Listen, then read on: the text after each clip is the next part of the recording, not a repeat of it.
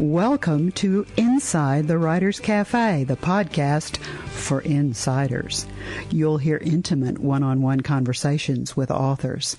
You'll learn their writing secrets, where their ideas come from, who inspires them. Plus, you get to hear what the author thinks as we explore their latest work. You'll find out how to catch up with your favorite author on social media.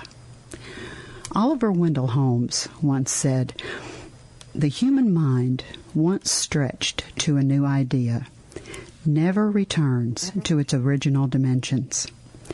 Our guest today is going to stretch your mind in ways that you probably have never even thought about. His name is Andrew Hunter, and the name of his book is The Hood to Hell and Back. Andrew, welcome. Thank you for having me. Now, you started out, you went to private school, you had a great childhood, you grew up in Scotland. Our listeners are going to hear this wonderful Scottish accent of yours. You have a nickname that I think is very interesting, and I'm very curious about it. Your nickname is Quiet Strength. Where did that come from, and who gave that nickname to you, Andrew? That was actually a Whistler friend. I was quite long down the tracks. I'd moved to Canada, and I'd just become the manager of snowboard operations for Whistler. And for some reason, one guy turned around and said, "Quiet strength, that's the best way I can sum you up."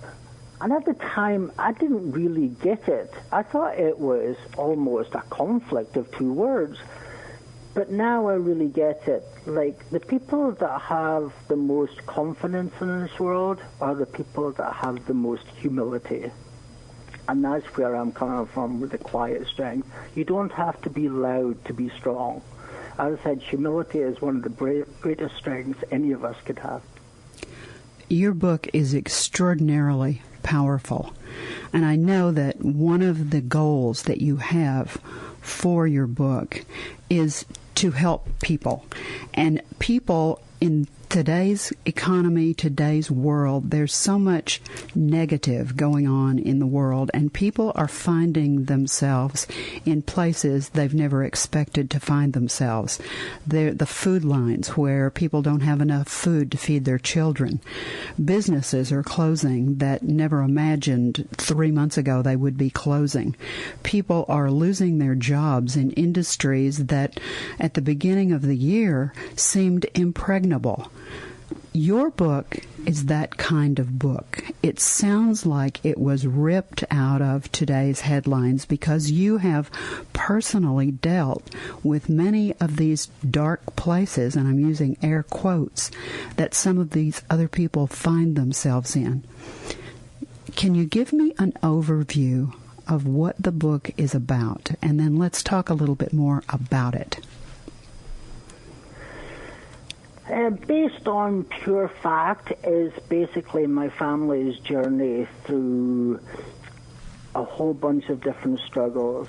I think a lot of people find themselves today that everything is wrapped up in money. But when you actually really come down to it, health is wealth. And it's taken me so long to realize that. Basically, before I was working very hard, I had a very, very good salary, and everything just flew by, and I had all the toys, but I really didn't feel like I was alive. I couldn't go down to the shore and just watch the waves come in, or a seagull go above me. All this experience that I've got has actually grown me. I remember Muhammad Ali once said, "A man who is 60, who thinks like they're 30, has wasted half his life." And I thought that was very profound. Oh, I couldn't agree with you more. With all of the things that happened to you, I mean, we'll get into that a little bit more in detail. How did this book come to be? At what point in your life did you look at yourself in the mirror and say, "Andrew, let's write a book"? You know, it wasn't actually me that thought about it. I was actually quite good at writing way back in my school days. but I'd never written anything in my life before until I went through all these horrible experiences, and I remember watching movies going, you know what, my experiences are not too dissimilar for the pursuit of happiness. And there's a whole bunch of other books that I've read, and it totally sums up the predicament the whole world is facing. Do we need to change the world, or can we manipulate it in such a way that we can carry on? I don't want to be political, but with capitalism, I think that is the biggest problem we are facing just now. Everything revolves around the market and money. Somewhere we have to reinvent money. We have to change the way it's working, because it's just not working for most of us. More and more people these days are going out the tailpipe of capitalism. And even capitalism has corruption, as we've seen left, right, and centre since this thing went down. The human race really needs to take a long look in the mirror and go, we need to do something. This is wrong. The children, if you speak to children in the world, they will give you a better answer quite often than a politician will. I believe children are the future. I really, really do. If it was me, I would lower the voting age to 16 and get them involved. Like this girl Greta, for example, in the Green Movement, absolutely tremendous. I used to read a comic called 2000 AD, and one of my favorite parts of that comic was children grew up and they took over the world.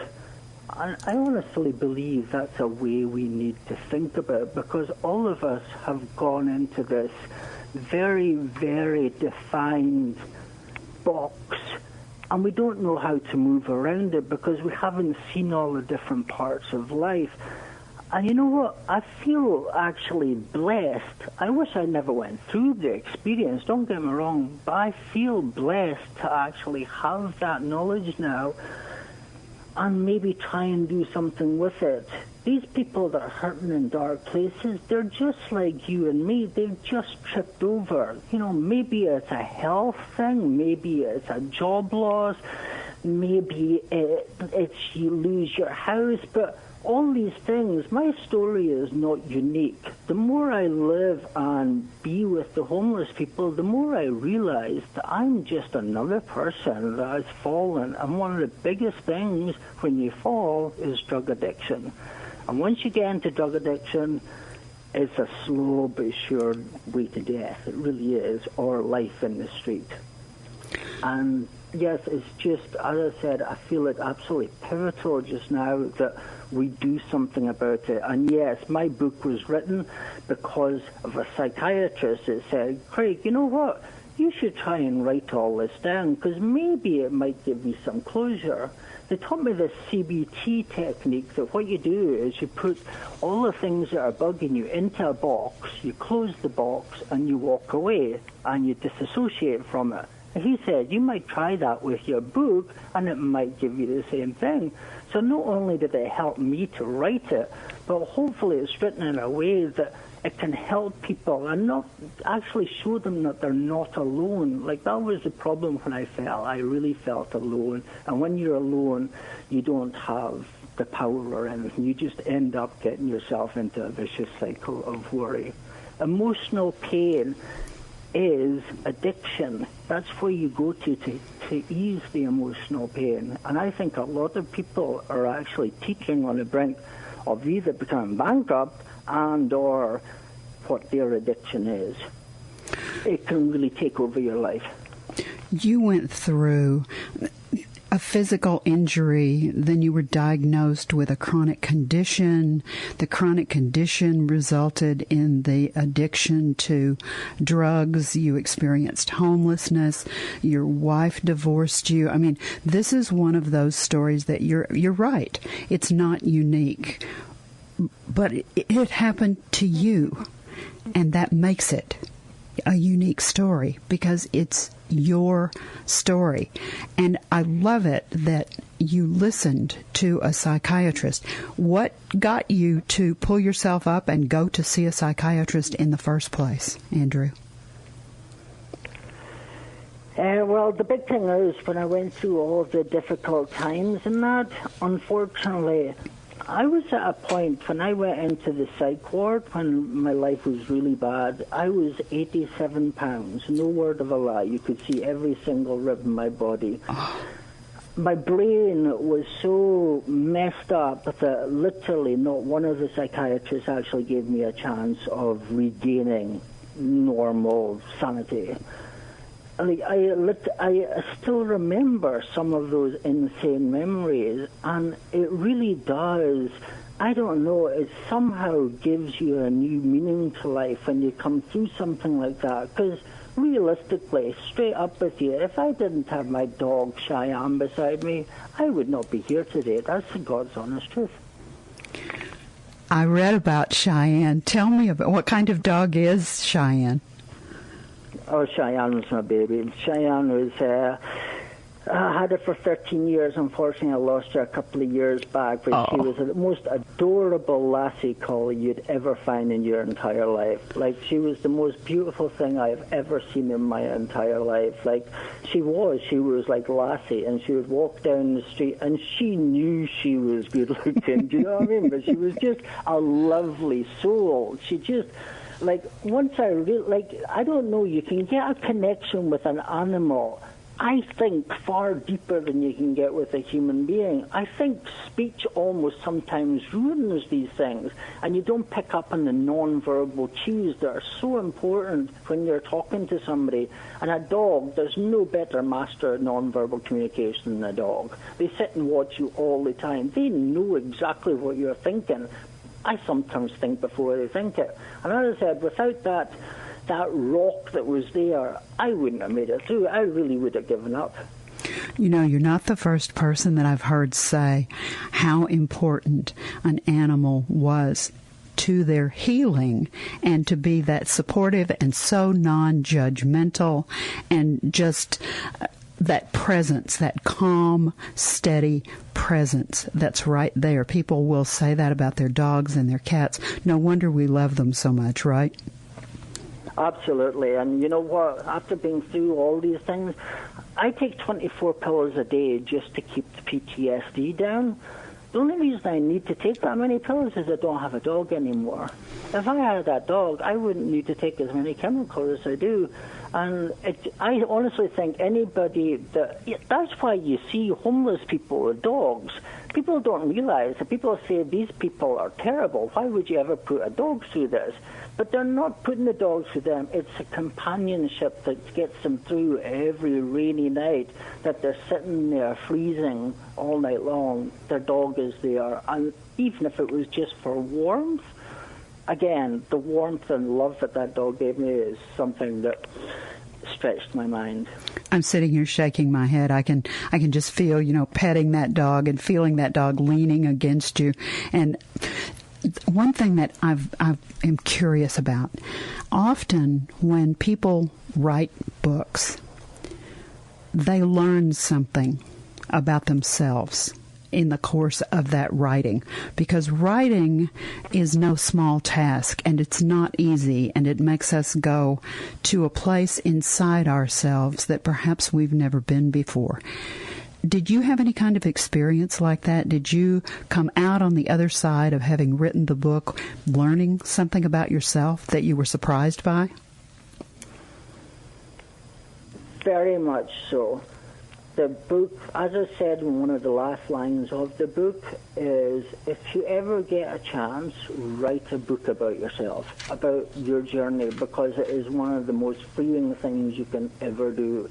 It's down there and it's a bit of paper, especially if you go and get the thing published. It's out there to the world, so it's actually quite a scary thing to do. But I remember, and I'm not that far away from homelessness just now as it is, but there were people on the street that helped me. And again, without their help, I don't know if I would still be here or not. No drama, just the truth. And I feel compelled that now I've been through it, I have to help other people, because people help me, and that's the way life goes. It shouldn't be a competition between people. It should be a collaboration. I really mean that. That's something that I really gained out of the book. And also, to be honest with you, a great strength in me that I didn't knew existed before. Like, when I got the top earner and best salesman and all that, they were good things to have, and they made a lot of money and all that, but I found a strength in myself that I've never had before.